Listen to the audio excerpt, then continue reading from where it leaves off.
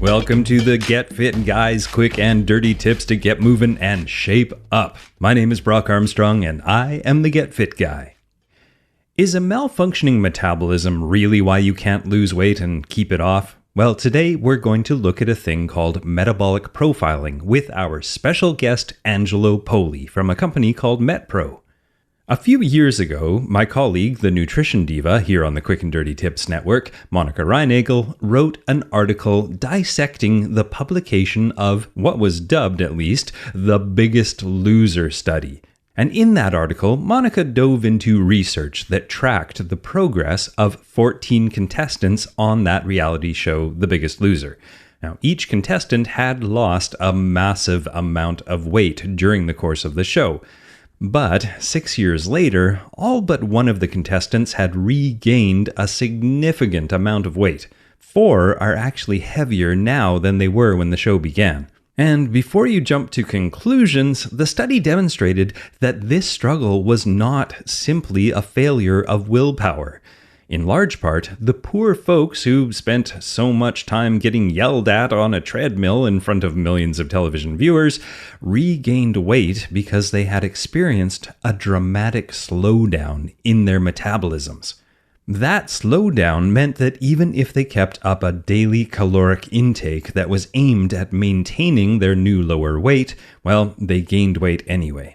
And this is not the only study to describe this phenomenon. The New England Journal of Medicine published essentially the same findings a few years earlier, which led to a New York Times story about the issue. So, if you've experienced this same problem, what can you do about it? Well, enter today's guest, Angelo Poli. Angelo is the founder of MetPro, the world's first algorithm-based transformative engine. Using a process called metabolic profiling, MetPro analyzes your metabolism and provides an individualized approach to obtaining your health goals. Now, Angelo has been featured for his specialty in neuromuscular re-education, having to do with posture and alignment, and weight loss science in some major media outlets such as Men's Health, Sports Illustrated, and the Wall Street Journal.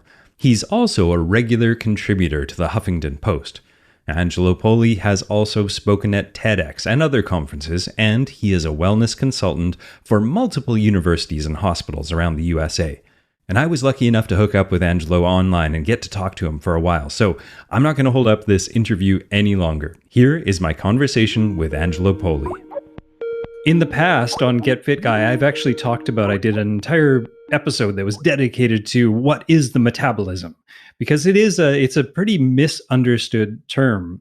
Scientifically or medically speaking, especially, it's like any biological process that is involved in being alive basically feeds into your metabolism. But I'm assuming that for this conversation and for most conversations involving fitness and wellness, it has a different meaning. So I'm going to get you to explain to the audience what you mean when you say metabolism or metabolic rate. I'll give you the definition. The source of all frustration and aggravation in life. That's the metabolism. That's the metabolism. At least that's what I've been told. All right. Fair enough. No, you hit the nail on the head, Brock. There's a lot of different terminology for it, and there's kind of the medical explanation, but basically it's all processes. Physical, biological, hormonal, you name it, that all go into this moving machine that is your metabolism. But if you were to boil it all down, it does have one specific job, and that is to acclimate to your environment and circumstance to maintain what we call homeostasis. So what that means is your body can't survive in a perpetual state of fluctuation. In other words, you can gain a little weight and your body can acclimate to that. You can lose a little weight, your body can acclimate to that. But if you kept gaining or if you kept losing, you would die.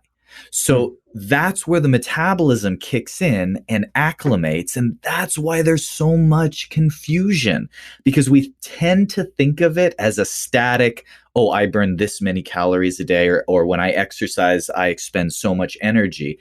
But in reality, it's an ever-moving situation based on your environment and circumstance and your body's day-to-day, week-to-week, month-to-month needs, which is why it's critical to track it. And it can be done. It can be done. Yeah, that was one of the things I found fascinating when I first heard about MetPro and you guys approached the quick and dirty tips about having an episode to talk about it. And I was like, you can't really test a metabolism. I mean, there isn't, you can't go to the doctor and say, like, give me a blood test to test my metabolism. So what do you guys do to in essence, test the metabolism and keep an eye on it, or track it, I guess would be a better way to say it. It's funny you should bring that up. We have a process called metabolic profiling where we baseline test. So when you go to your doctors, here's what I can tell you.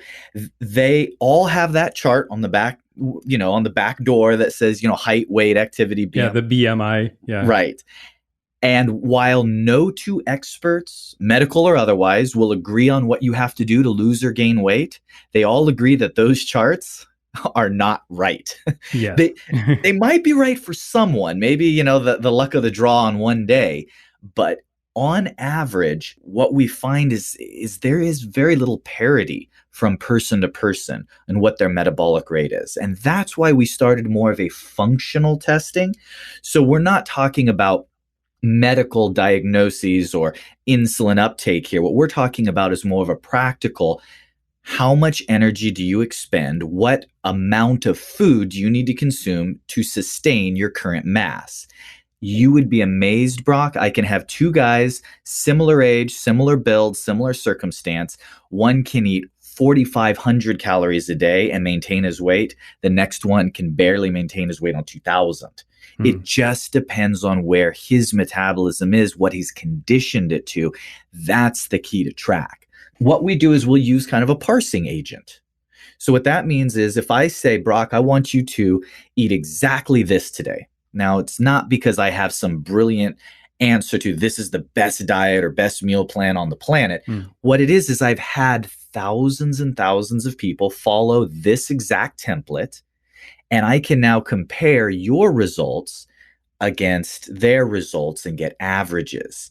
And that's going to help me categorize and put you in kind of one of a few different buckets where your metabolism is running very fast, running very slow, or like most people, landing somewhere in between.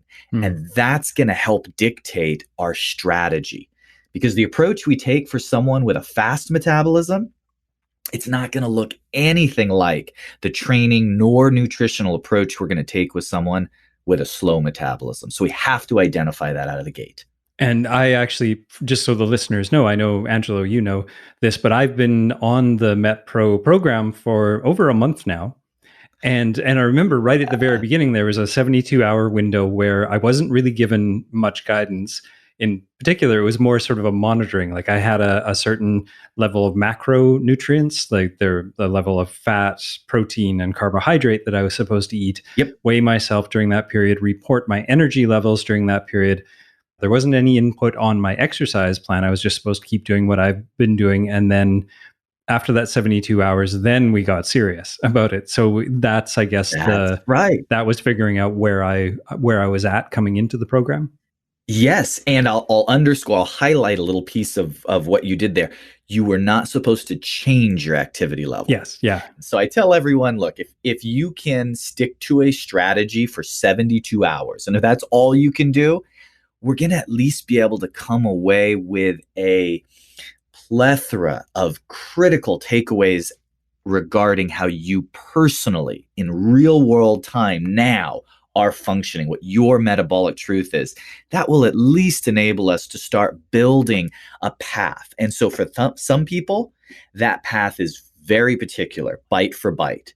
Their training is very particular. For other people, it's more directional. Yeah, that's where I fell into. I was in that more directional sort of thing, but I guess that's because, well, I am the Get Fit guy. So I wasn't coming to you saying I have to lose 50 pounds or 100 pounds. And Correct. Yeah, so I can imagine people who are in a little more dire straits and a little more sort of desperate situations would get a lot more direction. Correct. Yeah. And those are the people and that's what they're asking for, because usually by the time they're knocking on our door, this isn't their first rodeo. Yeah. They've usually tried multiple programs, because we'll get the extremes. We'll get people who really are the min-maxers who like to optimize their performance. And of course, we work with a lot of elite athletes in that demographic. But then we get a lot of people with broken metabolism. So the people who's like, yeah, I've tried ketogenic, I've tried cyclical fasting, I've tried vegan, I've tried everything. Every time I lose 5 pounds and I gain 10 back, I've been doing that for years. My metabolism is broken. How do I fix it? Mm. And those are the people that we really dig in with, and we help provide for them the light at the end of the tunnel. There is a solution here. We just have to recondition your metabolism. So if I were to put people into two main buckets, there are what we refer to as strategic and metabolic. Okay. So strategic people, by the way, is the majority of the population. And those are people who, with diet and exercise, they're going to see some good results as long as they're consistent. The challenge is staying consistent. And why is it challenging? Well, because we got to drop off Johnny. We got to, meet the deadlines. We got the Got a boss. life and a job and Right. yeah. And so people don't just wake up and say, okay, I am deciding to prioritize my health and fitness. Mm. That's good to make that choice, but it's not as simple as a choice. It's actually a skill set. Knowing how to train and how to train in a time managed fashion, knowing what to do, knowing how to eat, what your meal plan should look like today, and how it should change 2 or 3 weeks from now as progress slows. Having a complete strategy laid out. And oh, by the way, there's a right way and a wrong way to food prep and to do all these things to save time. It's a skill more than a decision. And so that's a skill that we take pride in teaching people, because it is something that you can improve on and get better. I get people all the time says, this lifestyle is hard. I said, you're 2 weeks in, give it 2 months. Yeah. And all of a sudden you're going to say, wow, I'm more efficient with my time. Well, that goes for any new habit too. Like when you first start, say, flossing your teeth, it seems like this insurmountable thing to remember every night to floss your teeth. But after a certain amount of time, it just becomes built in. So now I want to get back to we're already like 2 or 3 weeks into the program at this point, but let's go back to the beginning. We talked about the food aspect of things, but after the 72-hour sort of testing window where I wasn't supposed to change my activity level, my coach, Megan, who's awesome. And I want to give her a big shout out because I absolutely love her. She had me do a fitness test. And I actually filmed it and put it on Facebook and on YouTube and stuff. So if anybody wants to check it out, I'll put a link in the show notes to it. And the fitness test itself wasn't like something different or mind-blowing, right? But it really did inform. So actually, I'll let you explain what it does. I'm sure, I don't know the exact one Megan assigned you, but they're all designed to do the same thing. And usually most people come back and say, oh, that was really simple. I thought this was going to be a big challenge. This isn't some massive challenge that somebody has to rise to. It's basically doing the same thing we do with your metabolism and the baseline meal plan. We're doing with your fitness to see what is your overall conditioning level, strengths and weaknesses. And this ties into goal setting. But by and large, what we're looking for is aerobic conditioning, strength conditioning, and then we even go as far as kind of splitting the strength into 3 sections, upper body, lower body, and core. And then we look at those 4 categories and we say, here's your strengths and weaknesses. Based on that and our goals, body type and goals, what is our training allocation going to look like?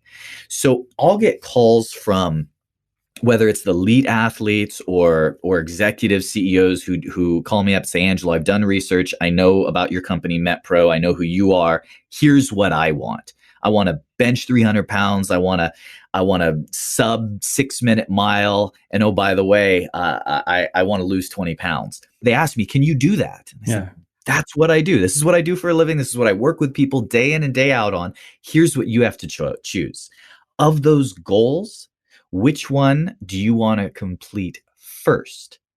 Because if you try to achieve all objectives all at once, you're going to achieve none of them. Yeah. Which is why here's what goal setting is about, if it's done right. Goal setting is identifying which objectives you're okay to wait on.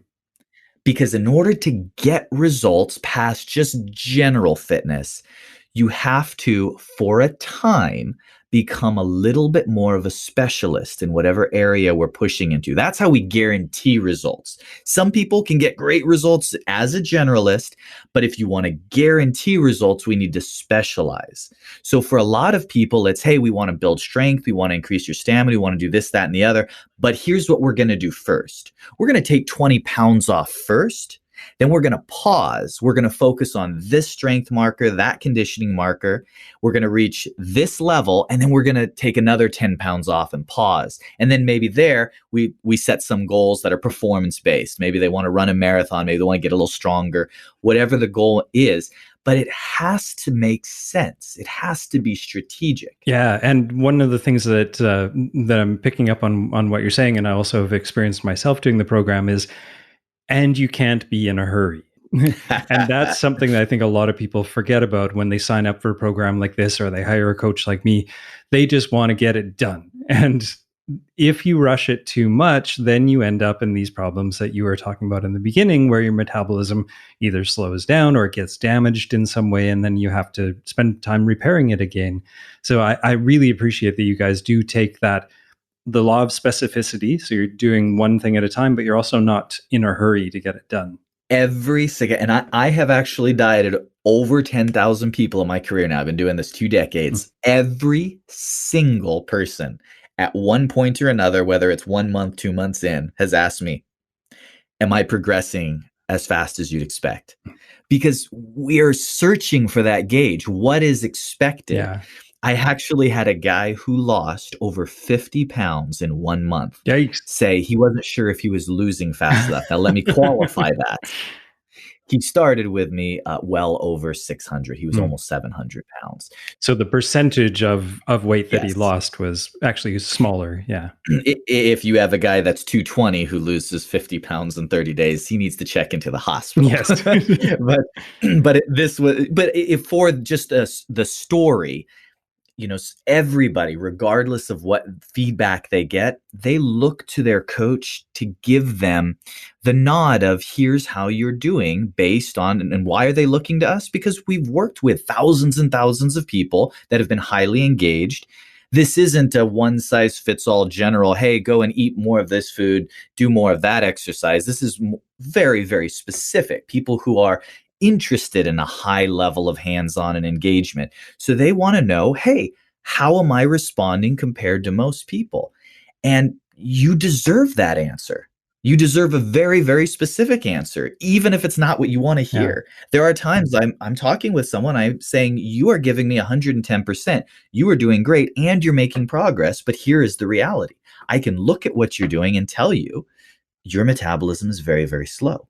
In fact, that's why you called me in the first place. So that being the case, we're going to do this in stages. Yeah. You reset those expectations. That's it. Yeah. That's it. That's that makes a lot of sense. And so we've covered the two aspects. So we've got the diet was sort of figured out. You checked in on the metabolism, found out what that rate was, did the fitness test, got that, and then from that point on, it really becomes this sort of intricate dance between the diet portion of it and the exercise portion. And again, this is what I do as a coach as well, but you guys have this sort of this algorithm. How does the algorithm feed into when do you increase the exercise? When do you actually, and I've experienced this, increase the caloric intake? Yes. Where it's like, no, wait a second, why are you giving me more, but you're not increasing my exercise? Because isn't it calories in, calories out? What's going on here? So that we track all of that. So that's where a little bit of technology comes in, though this is all based on, our service is a consulting service. So you're talking with your coach day in and day out. Yeah. Every day I have a text message with Megan, and twice a week I've been on the phone with her. So that's, it's pretty good. It's a pretty good track record too. We haven't missed many days. Oh, that's fantastic. And when we have, it's been my fault. So I don't believe that, Brock. I don't think we'd ever. So what we're doing is we're looking at your analytics. So we're looking at your energy levels. We're looking at your meal plan adherence, because we're going to actually be able to see if you're adherent to the program. And we're looking at the workouts that you're doing on a day-to-day basis and then comparing that against your goal. So for example, if somebody's goal is to gain 10 pounds of muscle, So based on where they're starting, we're going to look at their body type, ectomorph, mesomorph, endomorph. We're going to look at their current caloric intake, their macronutrient breakdown, what leverage we're going to use, what training they're doing, and basically set a path. And what you're going to hear a lot from our coaches is, okay, I want to see you hit this goal by, and we're not 3 months out, 6 months out. You weigh 192 pounds today and you want to be 205 building muscle. Yeah. So by Friday, I want you to weigh 194. And if you hit that, then we're going to stay on trajectory. And if not, we're going to make a small adjustment, whether that be to your recovery days or caloric shifting or macronutrient shifting. But we're going to make a small adjustment. It's not going to be a sweeping change, but then I'll give you another 5 to 7 days after that, set another very moderate goal, and we're going to hit it or we don't. And if we don't, we readjust, we recalculate, and we move forward. Same thing for weight loss. Now, with weight loss, it's going to be in stages based on how much weight you've lost and where your current intake is at. We can roughly estimate how much more highway we have in front of us. So, for example, if somebody's on a lower phase intake, but they have 50 more pounds to lose, I'm going to stop them before they reach that 50-pound down because they're not going to reach it on this run. We're going to go, okay, of that 50, I'm going to take another 10 or 12 off, and then we're going to pause, reset your metabolism, do a performance cycle for 3 to 5 weeks. Then we're going to go ahead and take another 25 or 30 off. And that's that homeostasis you were talking about earlier, right? Your body's reaching a homeostasis, and without doing that pause or that readjustment, you won't reach that goal because your body sort of goes, okay, I guess this is my life now. So let's just change the metabolic rate or hold on to more fat or whatever it needs to do to reach that homeostasis again. To many people's chagrin, that is exactly right. Yeah. But see, that's where the data really comes in. So I'll give you an example. Just the other day, I was talking with one of my gals, and she wanted to be 134 pounds. So she asked me why I was continuing to diet her down as we dropped below 132. I said, I'm going to take you down to 131. She goes, well, I don't need to be that lean. I'm comfortable at 134. I said, exactly. Here's why. I'm not going to keep you on this intake. So if I have enough leverage, I'm actually going to diet you down 2 to 3 pounds lower than your maintenance weight and gradually ask you to gain a couple pounds back as we increase your intake, reacclimate your metabolism up to your maintenance weight. I don't want to cut you off or lose any information, but I do want to make sure that in this quick and dirty tips episode, people get some takeaways. And this is all probably sounding a little bit overcomplicated for people, so I want to give them some takeaways. But I also want to remind them that they can go to metpro.co/getfitguy and get a 30-minute free consultation with one of the MetPro experts over there. But if they don't take advantage of that, if they do, whatever, if they just want to do something along the lines of what we've been talking about, can you give us maybe 3 takeaways that people can do if they can't afford or they're not interested in using your system? Yes, absolutely. So Awesome. I'll rapid fire a few. So Okay. the first is understand levers. So this is quick and dirty. In other words, each of these levers we could do an entire podcast on, but your levers are calories, carbohydrates, meal timing, and exercise. Those are your 4 categories. And it's interesting that of the 4, 3 of them are on the nutritional front. One of them is the exercise. People ask me, well, what's the bigger contribution? I don't like that question because you need to use them all. But the quicker contribution is nutrition. People come to me and say, well, I need to lose 20 pounds. Aren't you going to have me exercise? Yes, but you're going to spend the next 6 weeks getting in shape to be able to exercise at a level that will contribute towards weight loss. Yeah. Whereas I can change your nutrition today and see the impact in 1 week from that. So calories, carbs, meal timing, and exercise are your 4 levers.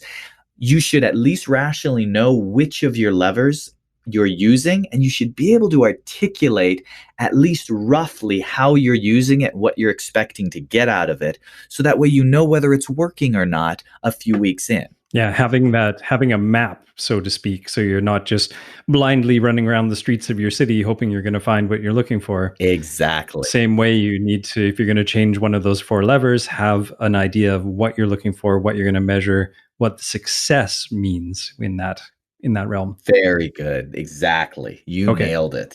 What's the next one? Prepare an afternoon snack. So I categorize this as it seems simple. I view this as one of the top 10 most disruptive behaviors a person can do from a lifestyle coaching perspective. So if I get somebody who's struggling behaviorally with busy life, with their lifestyle, their schedule, the thing that I'll ask them, I'll say, Johnny, can you do just one thing for me? Just one thing. He's like, yeah, I can do one thing for you. What is it? It's in the morning when you wake up, I want you to prepare a healthy afternoon snack and bring it with you. Like, I can do that. That one thing sets off a cascading disruptive effect on your day that has nothing but positive effects. Because if you wake up in the morning and you're willing to prepare an afternoon snack, odds are you're also willing to grab something healthy for breakfast. So now I know you've had breakfast and you're already prepared for that afternoon snack, which, by the way, closes the gap between the two largest span of time, this largest span of time between lunch and dinner. Most people will go 6 to 8 hours in that span. So it closes that, manages blood sugar. And when you get in a cadence of having breakfast and mid-afternoon snack, typically your appetite's going to be managed. You're going to be a little less likely to overeat at lunch. And then when you have that mid-afternoon snack, you're also a little less likely to have low blood sugar at dinner and staves off cravings a little bit. So it just nudges your body into a good rhythm, which is why I really like the strategy of just prepare a mid-afternoon snack. And if you're wondering what examples are, keep it simple. I'm a big fan of fruit and nuts. Yeah. You can do, just keep it real simple. Anything healthy, wholesome, that is portable. Don't forget portable. That's a big part of this. I love cottage cheese and strawberries, right? But put that in a hot car for a couple hours. Yeah, or in your desk drawer all day. Yeah. Right. That's not a good idea. Portability.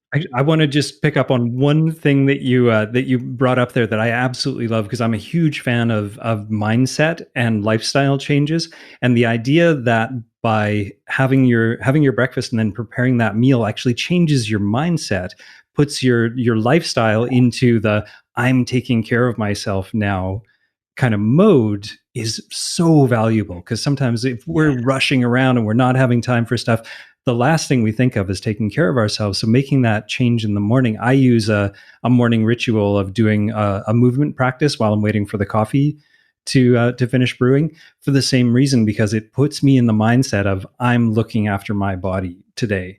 And I absolutely love what you said about that. Just that simple act of making that meal or preparing that wholesome snack for the afternoon can do the same thing. So wonderful. I really wanted to highlight that because I think that's so valuable. I do a whole bit on goals versus values. We'll have to save that for our next podcast. Yeah, we really have to have another episode. This is too short. One last quick one. Okay. Anchor your exercise. So all of my coaches, one of the first things they're going to ask you is about your schedule. And I get people that are like, well, what, I hired you to help me with my fitness and nutrition. Why are you asking me about my work schedule and my sleep schedule? Oh, that's all part of it. It all plays in. Mm-hmm. So if you can exercise early in the day, statistically, your odds of being consistent and getting it done go up. Every hour earlier in the day you get the exercise done, your odds of completing it go up just slightly.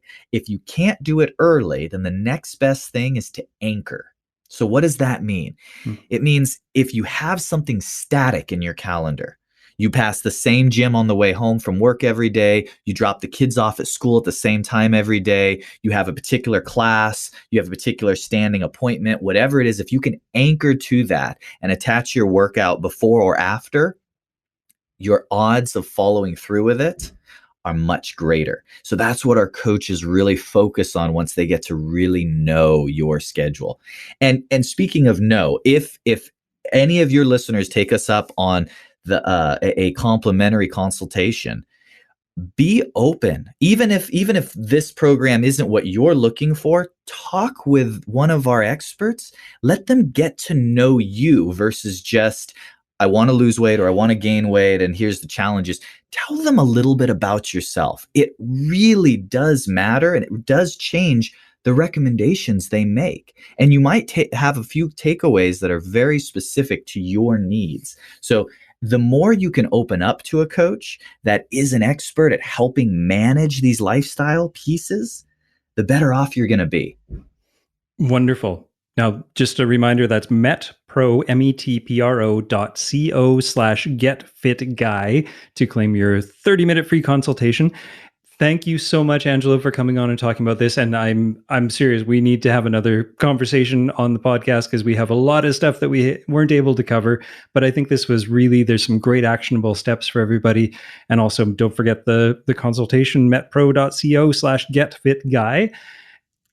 Thank you, Angelo. This has been very informative, and even if people don't sign up for MetPro, I think we gave them something to chew on. Some carbohydrates, some calories, some exercise, and what was the fourth lever? Meal timing. Meal timing, of course. Carbs, calories, meal timing, and exercise. We could do a whole episode just on meal timing. We could. Brock, it has been a pleasure. The honor is all mine. Thank you so much for having me. All right. Thanks for listening, everybody. I want to thank Angelo one more time for coming on the Get Fit Guy podcast and filling our brains with so much good info. Thanks, Angelo. Don't forget, go to metpro.co/getfitguy and get your free consultation. That's metpro.co/getfitguy. All right, Get Fit Guy is written, narrated, and produced by me, Brock Armstrong, with lots of support from all the folks here at Quick and Dirty Tips, including Karen Hertzberg, Morgan Ratner, Michelle Margulis, Emily Miller, and Kathy Doyle. If you enjoyed this podcast, you can find me on Twitter and Facebook. I'm at GetFitGuy, and you can find me at brockarmstrong.com. Now, what are you waiting for? Get out there and manipulate your calories, carbs, meal timing, and exercise.